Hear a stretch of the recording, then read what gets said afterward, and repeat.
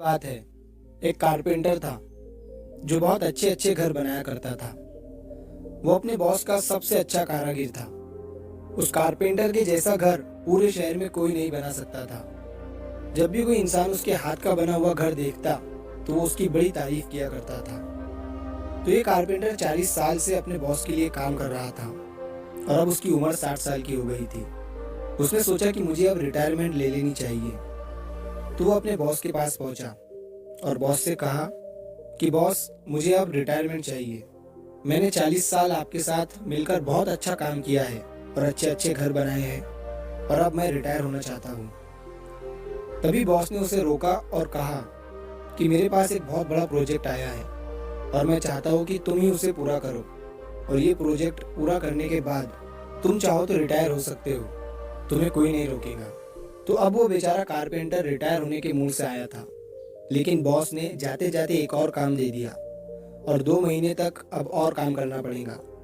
तो उसका मन तो नहीं था उस प्रोजेक्ट को हाँ बोलने का, लेकिन बॉस के साथ 40 साल काम किया है तो ना भी नहीं बोल सकता था। इसीलिए उसने उस प्रोजेक्ट के लिए हाँ बोल दिया।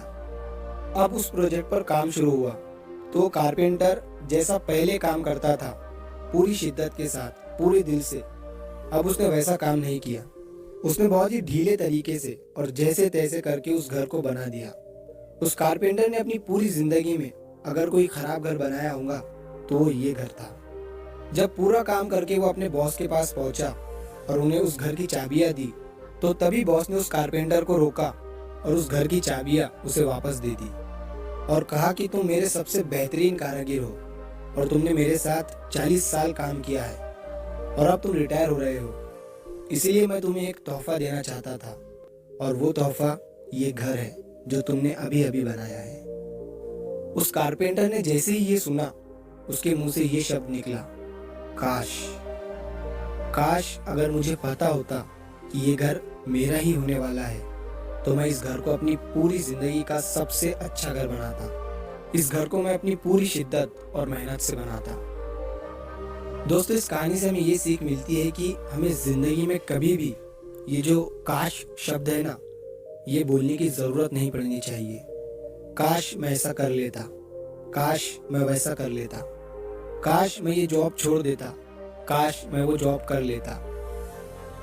तो कभी भी सोच समझकर फैसले लो ताकि बाद में आपको रिग्रेट फील ना हो। मैं जानता हूँ कि कुछ चीजें होती है जो हमारे हाथ में नहीं होती, तो ऐसे वक्त में काश बोलने की जगह जो हो गया है उसे भूल जाओ और जिंदगी में आगे बढ़ो, आगे रास्ता ढूंढो।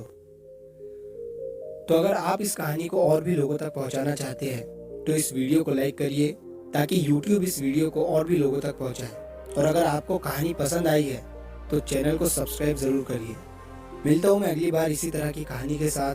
तो सब्र करो, शुक्र करो और जिंदगी में आगे बढ़ो।